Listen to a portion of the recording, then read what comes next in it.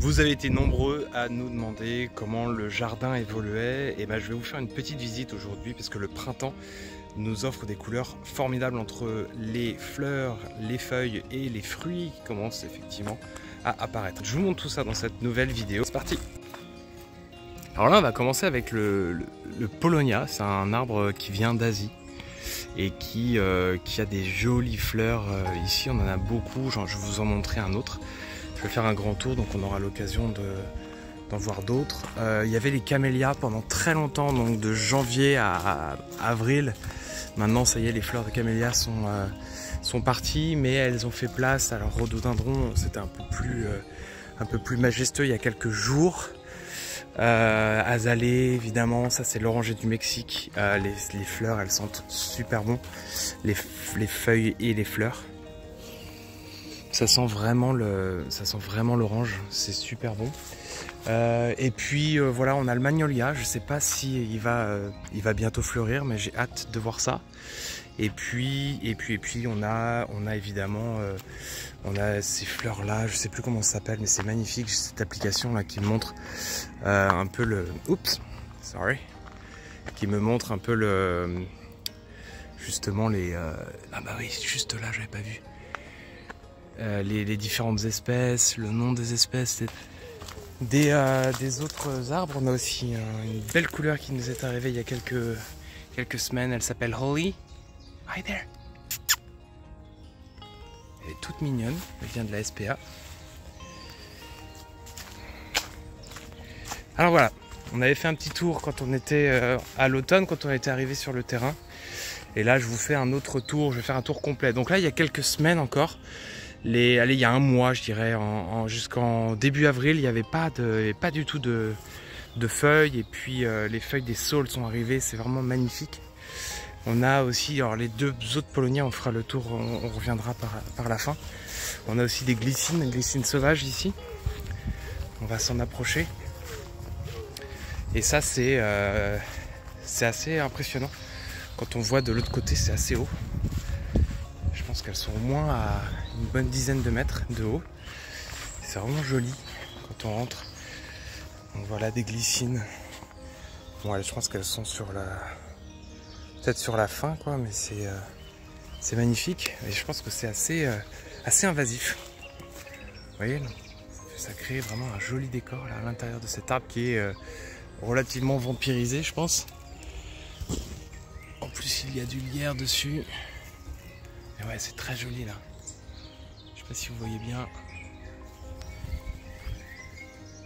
Voilà, avec les saules qui ont récupéré leurs feuilles. Rosier également. Massif. Alors là, je sais plus comment ça s'appelle. Vous allez peut-être m'aider en commentaire. Et je crois qu'il faut pas toucher. Que c'est relativement nocif. C'est assez impressionnant. C'est assez gros. Ça fait au moins 2 mètres. C'est plus grand que moi. C'est assez impressionnant. Donc voilà encore la glycine ici. Donc l'eau, voilà, avec l'hiver très pluvieux qu'on a eu, l'eau est montée au moins jusqu'à 1 mètre. Il y a un mètre de profondeur. Vous voyez les grenouilles? On en voit tout le temps. Il y en a plein partout. Je sais pas si vous la voyez là. Elles se font face, les deux. C'est la saison des amours là et on les entend énormément. Elles sont assez grosses, hein, assez massives. Il y en a beaucoup. Là on les entend moins là, à ce moment de la journée. Alors je passe le tracteur et autant que faire se peut, j'essaye de faire une tonte raisonnée, c'est-à-dire dès qu'il y a des champs comme ça, des massifs pas des massifs mais des champs de fleurs comme ça. J'essaye, enfin je les garde intacts, donc je passe autour pour pas les tondre et pour qu'il y ait un maximum de pollinisateurs qui puissent en profiter. Donc c'est ce qu'on appelle la tonte raisonnée. Donc j'essaye vraiment au maximum de l'appliquer. Et là je pense que clairement, je sais pas si on en voit, mais quand je tondais, je voyais juste devant moi justement plusieurs bourdons, des abeilles qui venaient et vous voyez là sur toutes ces Je sais pas comment on appelle cette petite fleur, vous pouvez m'aider en commentaire, n'hésitez pas. Vous voyez par exemple, ils sont vraiment là, c'est une saison où on les voit partout, il y a beaucoup de bourdons, beaucoup d'abeilles, des guêpes aussi, j'ai vu une guêpe. Voilà, donc on a quelques fruitiers sur cette partie-là, on va les découvrir. Alors il y a prunier, pommier, il y a aussi des espèces de petites, j'espère que, alors, je sais pas ce que ça va être, mais en passant le tracteur, j'ai vu ces petits fruits là, des cerises. Ça ressemble à un cerisier, effectivement, ça doit être un cerisier avec des grosses épines là, qui sont des petites branches. Mais je sais pas ce que ça va donner, on va voir. Là pareil, je pense au niveau du tronc, ça ressemble à un cerisier. Alors les ragondins, on en voit beaucoup. Je sais pas si vous le voyez là au bout, j'ai fait plein de vidéos par rapport à ça.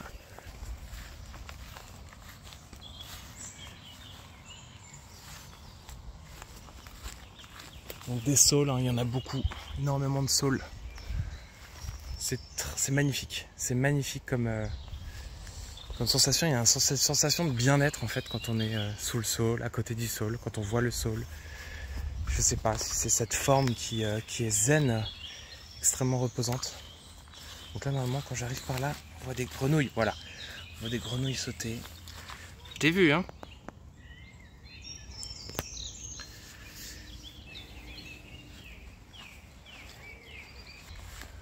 Voilà, donc vraiment, là, il y a encore un mois, il y avait beaucoup de feuilles, il y avait beaucoup d'arbres sans feuilles, pardon. Et là, tous les chênes, etc., il n'y avait vraiment pas de feuilles. Là, c'est vraiment un autre univers là, qui se crée avec le printemps, qui est absolument magnifique. On a nettoyé un petit peu le devant des cabanes pour la réception des moutons. On va vous évidemment présenter cette arrivée. On espère cette année, enfin ça serait formidable, mais on a envie que les conditions soient parfaites pour les moutons, qu'on puisse les recevoir dignement. Alors là le bateau, les enfants l'utilisent beaucoup. Ils font des balades, il n'y a qu'un mètre de profondeur, donc il n'y a pas trop de danger. Oh là, oh bah lui, il m'a surpris, avec son petit père derrière. Hop, regardez. Voilà, tous les jours on les voit. Il attend son petit. Voilà, ça c'est des ragondins.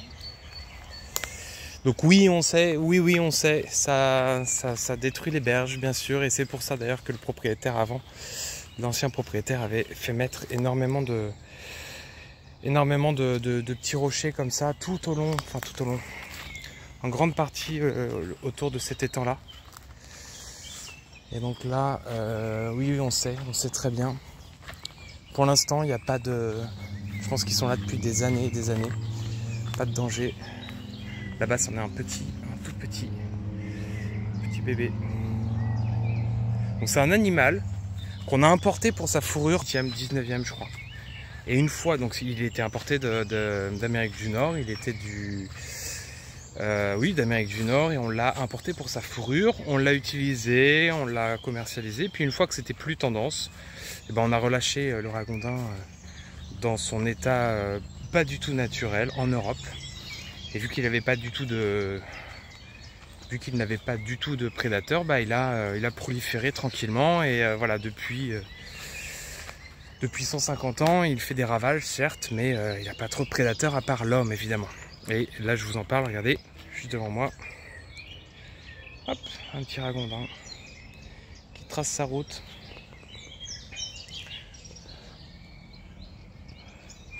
Donc aussi beaucoup de boules de gui, on a vu. Alors j'ai vu dans le livre là, dont je vous mettrai la référence sous la vidéo, extraordinaire ce livre sur les arbres. Les boules de gui, ça vampirise en fait les arbres. S'il y en a une comme ça, je pense qu'il n'y a pas de problème, mais ça peut être dangereux pour l'arbre s'il y en a trop sur l'arbre.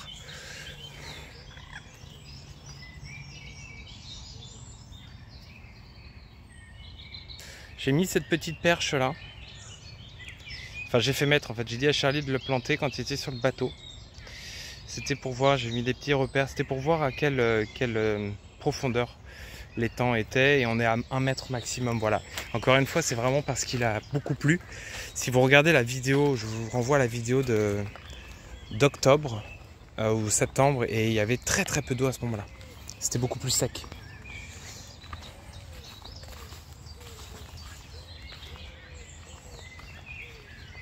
Donc ça c'est l'autre étang qui est beaucoup plus sauvage et qui longe le canal au bout là, le canal de Nantes à Brest. On y voit des biodiversités un peu différentes bizarrement. Enfin les ragondins je sais qu'ils sont vraiment plus là-dessus. D'ailleurs ils logent sur ces 2 petits îlots là. Ils sont sur ces 2 petits îlots de façon permanente. Et ils transitent rarement vers l'autre. L'autre c'est plus les canards, ici.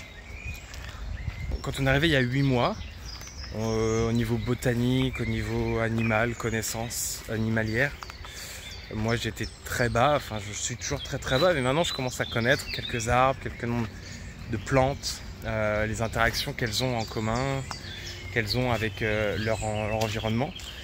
Je me suis aussi évidemment intéressé aux oiseaux, j'ai fait une vidéo là-dessus à cet égard, je vous invite à la regarder.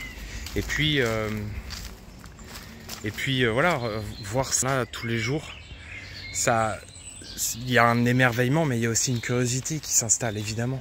On a envie de savoir comment intervenir, mais pas trop. C'est-à-dire on a envie aussi de laisser la nature faire son travail, mais on a envie que ça ne se dégrade pas. Et c'est pareil pour les plantes. Lauriane aimerait bien mettre genre des nénuphars ou d'autres petites plantes pour nettoyer, filtrer, oxygéner pour oxygéner l'étang, mais en fait je pense qu'avant de faire ça il faut vraiment être sûr de son coup parce qu'il peut y avoir une prolifération, on peut ne plus du tout maîtriser le sujet, hein. Il y a tellement de pays qui ont fait des erreurs en important des espèces animales, végétales et qui sont maintenant complètement qui peuvent plus du tout gérer la situation. Donc à voir sur ce sur cet endroit tout petit, j'ai peur quand même de faire pas. Voilà, j'ai pas envie d'abîmer cette beauté là qui s'est mise en place. Alors là, les feuilles de cet érable sont très rouges, très rouges. Je crois que c'est un érable japonais. Vous allez pouvoir me confirmer. Ça c'est le fameux noisetier. On avait récolté énormément de noisettes en octobre avec les enfants et c'est super chouette. Elles sont super bonnes. Elles vont être prêtes encore pour cet automne ou en tout cas à la fin de l'été. Donc voilà, le petit tour en fait ressemble un peu maintenant à ce que vous aviez vu en octobre dernier. Alors là c'est un pic. Je sais pas quel type de pic. Mais si vous avez l'application Merlin, vous saurez. Alors peut-être pas quand il frappe le bois, mais quand il chante. Là c'est une allée qui avait pas mal été endommagée par la tempête Kiaran. Et donc on a pas mal nettoyé. Il y a quelques bambous ici. La petite cabane bambou qui a résisté au temps, on avait fait ça avec les enfants. Et ça résiste bien finalement. C'est assez inspirant pour faire d'autres choses comme ça. Et pour ceux qui n'avaient pas vu, j'avais pas fait vraiment de vidéo montrant la fin, mais on avait fait un petit accès ici au canal. J'ai fait un petit ponton. Oh c'était beau ça, cet oiseau. Magnifique petit oiseau. Voilà, le canal de Nantes à Brest, c'est pas ça. Ça, c'est le Douric qui a été canalisé au 19e siècle.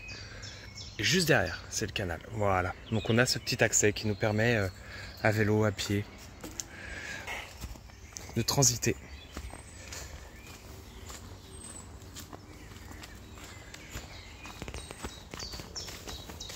Ça, c'est le Puyo Vélos, celui qu'on entend là. Piou, piou, piou, piou. C'est un truc que je ne savais pas du tout, je ne pensais pas dire ça un jour. Cette phrase, ces petites cabanes là qui sont proches du canal, j'ai envie de mettre des vélos ici. de sorte à ce qu'on puisse, des vélos tout pourris, hein, enfin des vélos juste de halage, de sorte à ce qu'on puisse justement en profiter. On descend et on peut en faire profiter aussi les amis évidemment, la famille. Voilà, j'avais fait ce petit tour je crois en septembre. Je le refais, je fais un point printemps. Voilà, cet arbre on ne sait pas s'il est mort ou pas. Je suis pas sûr. Il y a un ami l'autre fois qui est venu qui a dit ah si ça c'est mort.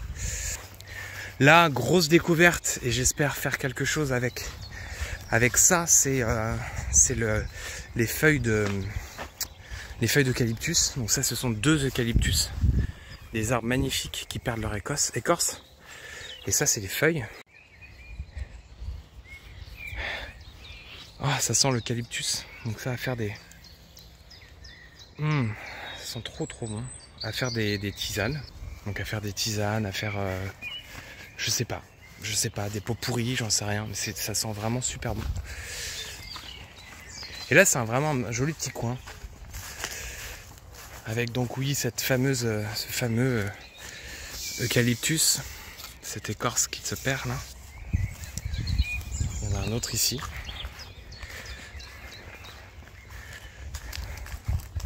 Ça c'est un petit coin de paradis, je mettrais bien une petite caravane ici. Voilà, on est bien là. Qu'est-ce que vous en pensez? Dites-moi.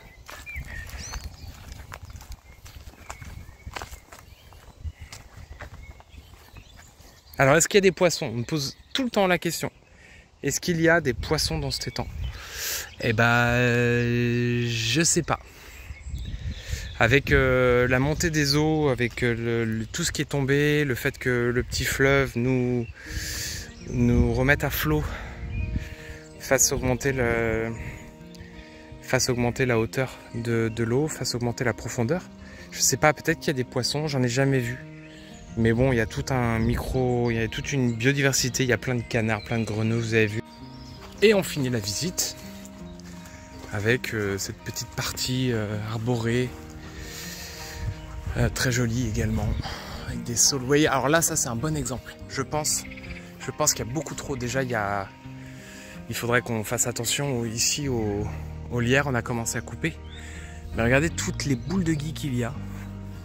C'est beau, hein, c'est magnifique ces boules de gui, mais je crois qu'il faudrait vraiment faire attention à ce qu'il n'y en ait pas trop, pour qu'il puisse vraiment s'exprimer correctement ce saule. Dites-moi en commentaire ce que vous en pensez.